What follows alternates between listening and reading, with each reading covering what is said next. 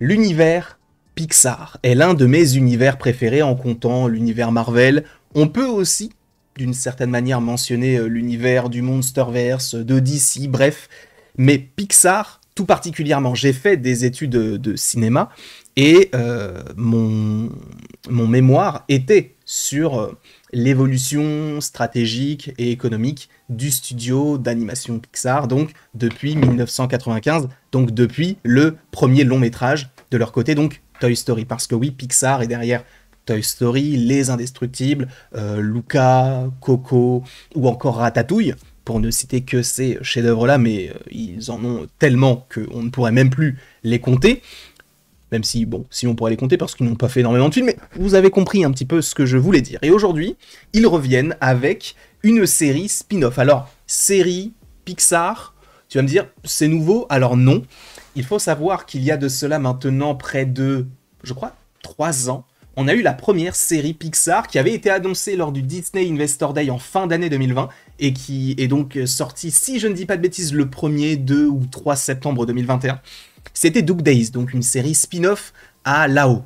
On a également eu une série spin-off à Cars. Je ne sais pas si on en a eu d'autres, mais je ne suis pas sûr. On sait qu'il y a une série qui s'appelle Win or Lose, et qui est le premier programme original sur Disney+, par Pixar. Alors tu vas me mentionner la série Monstre au travail là. Mais sachez que même si c'est à la base un univers de Pixar, Pixar n'a pas du tout travaillé sur le projet. C'est Disney. Donc c'est différent encore. Mais bon. En tout cas, il y a également le projet que nous allons évoquer aujourd'hui qui est donc un spin-off, un univers que nous connaissons un peu sur la chaîne et de manière générale cette année. Pourquoi ? Parce que eh bien, c'est un spin-off de Vice Versa. Vice Versa 2 est un film qui est sorti notamment cette année, qui est devenu le film le plus rentable de l'histoire du cinéma d'animation. Il se classe parmi les 10 films les plus hauts au niveau du box-office mondial, avec, je crois, 1,698 millions... enfin, 1,698 milliards, pardon. Mais du coup, c'est quand même assez conséquent, notamment pour un film d'animation. Ils ont dépassé Mario, enfin bref, exceptionnel. Et on ne s'attendait pas à un résultat tel que celui-ci.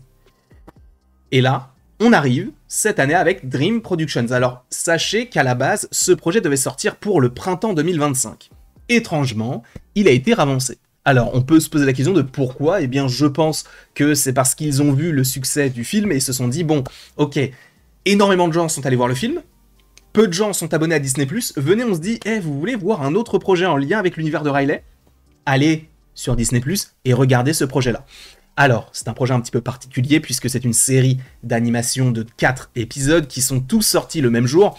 Maintenant, Disney est un petit peu habitué au format Netflix, entre guillemets. Quand il y a peu d'épisodes, ils ne se permettent pas non plus de sortir un épisode par semaine. De toute manière, sur ce genre de projet-là, l'intérêt est de tout sortir d'un coup.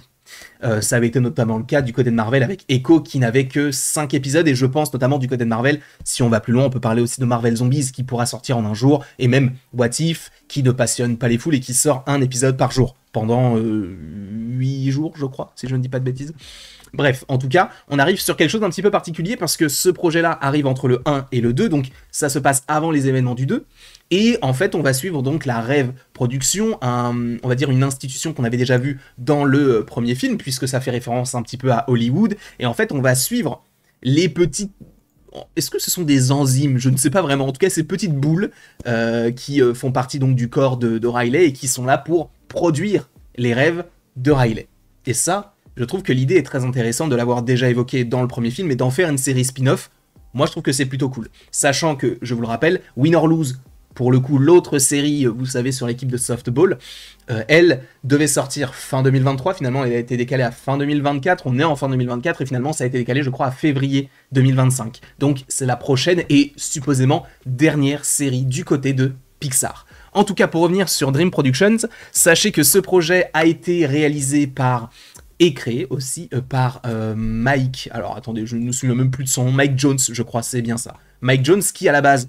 est un scénariste et notamment travaillé du côté de Ghibli sur Le Vent se lève, sur l'adaptation américaine du scénario. Il a également travaillé sur Soul, sur Luca. Après, il a été sur d'autres projets, notamment Coco, et c'est le premier projet du côté de Pixar sur lequel il a travaillé. Et là, il est pour la première fois derrière les caméras, entre guillemets, dans le sens où là, il réalise ce projet-là. Et je trouve personnellement que c'est une énorme réussite. C'est drôle, ce n'est pas très long, ça ne nécessite pas forcément énormément de réflexion ou quoi que ce soit, mais ça reste quand même un projet qui va toucher à la fois les enfants, mais aussi les adultes. Et ça, c'est très intéressant parce qu'on a même des notions, des concepts sur l'état psychologique des humains, de manière générale, qui est assez intéressante à évoquer. Et notamment par rapport à ça, je trouve que c'est un point extrêmement positif et un très bel ajout à tout l'univers de Riley. Et en plus de ça, tu me fais un spin-off en série sur Vice Versa, qui est une sorte de documentaire caméra embarquée, caméra épaule, pour suivre les différents personnages, un petit peu comme The Office. Moi, ça me va. Encore une fois, c'est drôle, c'est frais, il y a de très bons personnages. Alors, les émotions, encore une fois, ne vous attendez pas à avoir anxiété, embarras, ennui et envie, puisqu'ils n'apparaissent pas encore, ils n'existaient pas à cette époque-là, puisque Riley, on va dire que ça se passe quoi, quelques mois, une année peut-être après le premier film, donc c'est très très léger. En tout cas, ce projet-là est une petite pépite où on va suivre donc le personnage, pareil, les personnages, je me souviens même plus de leur nom, en tout cas, elle, c'est Paula, qu'on va retrouver, et qui est donc la réalisatrice en chef, on va dire, des gros rêves de Riley, sauf qu'elle a une vision un petit peu archaïque de Riley, c'est-à-dire que Riley a une dizaine d'années, 12 ans peut-être, elle est au collège, et pourtant, elle lui fabrique, elle lui conceptualise des rêves qui sont un peu datés et qui, on va dire, sont plus des rêves de bambins. Et donc, forcément, ça embête au-dessus, parce qu'il y a évidemment une gérante, quelqu'un qui va s'occuper de dire, bon bah toi t'es viré, toi je te garde, toi t'es promu, toi tu redescends. Et donc, il va y avoir ce jeu de chaise musicale de savoir, bon, bah, à quelle place est-ce que je me situe. Il y a un problème dans ce projet-là, notamment par rapport au nombre d'épisodes. C'est vrai que sur le papier, 4 épisodes, ça peut paraître trop court. Ouais, mais les épisodes durent quand même 20 minutes, donc on est sur quasiment 80 minutes, bon, générique inclus. Non, enfin 25 minutes générique inclus, donc ça fait 20 minutes, donc on est sur à peu près 1h20 ça aurait pu être un film, hein, d'ailleurs ils auraient pu en faire un film.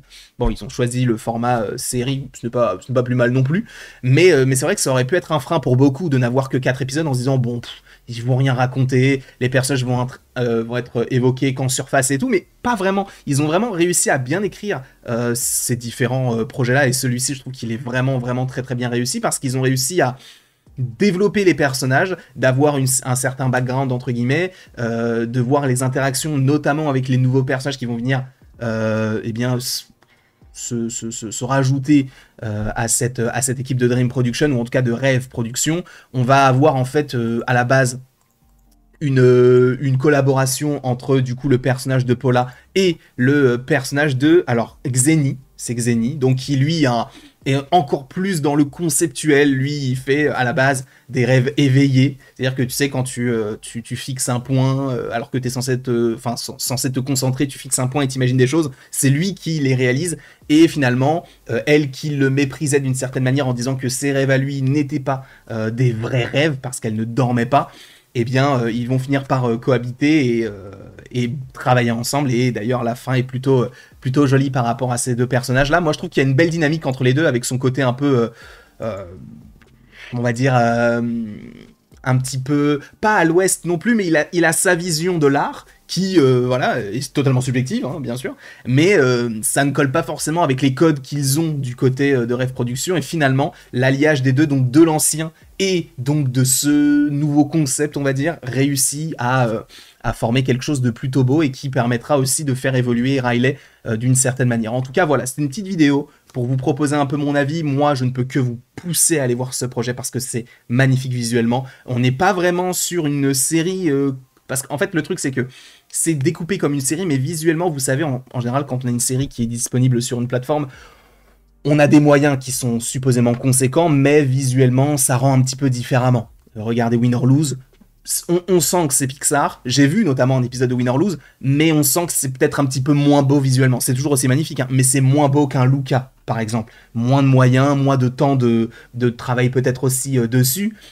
Mais en vrai, sur cette série Dream Production, alors tu me diras, ils avaient déjà les maquettes, les plans, etc., les concept art des différents petits personnages pour pouvoir mieux les animer ou récupérer des choses, en tout cas des animations qui étaient déjà utilisées dans d'autres films, donc ça permettait aussi d'avoir un certain gain de sous. Ça avait notamment été le cas sur She-Hulk. Vous avez vu, She-Hulk est vraiment visuellement ignoble quand elle est modélisée en 3D. Et pour le coup, Hulk, lui, fonctionne bien. Pourquoi? Parce que Hulk, ils avaient déjà dessiné dessus, ils avaient déjà travaillé sur Hulk, et notamment cette version depuis 2012. Donc ils ont eu le temps de perfectionner un petit peu le personnage, de le modifier certaines choses, et ça rend bien. She-Hulk, d'ici quelques temps aussi, ça sera supposément très bien aussi, mais étant donné que c'était le début, c'était un petit peu compliqué. Là, c'est, on va dire, l'inverse, dans le sens où, bah, non, c'est même pas l'inverse, en fait, c'est que ça... je sais même plus ce que je voulais dire. Vous avez compris un petit peu le principe, c'est que on ne ressent pas le fait que ce soit une série visuellement. On a l'impression vraiment que